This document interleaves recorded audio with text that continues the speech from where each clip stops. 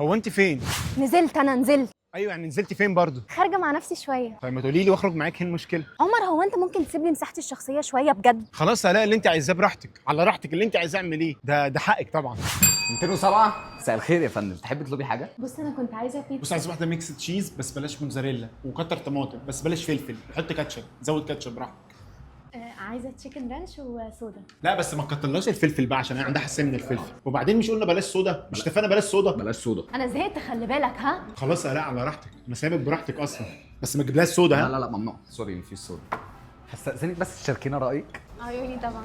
عالميه قوي البيتزا عندهم، تحفه وجوسي كده صح؟ خطيره. انا نفسي افهم انت بتعمل ايه هنا. بعمل ايه؟ خارج مع نفسي، وبعدين احنا مش اتفقنا كل واحد يسيب للتاني مساحه شخصيه؟ انا نفسي تسيب لي مساحتي بجد. طب انا سايبها لك الاقي وانا جيت جنبك. عمر انا ما بحبش كده. خلاص هلاقي براحتك، براحتك على راحتك اللي انت عايزاه. وايه ده؟ وهاتي ده عشان قلت لك بلاش فلفل.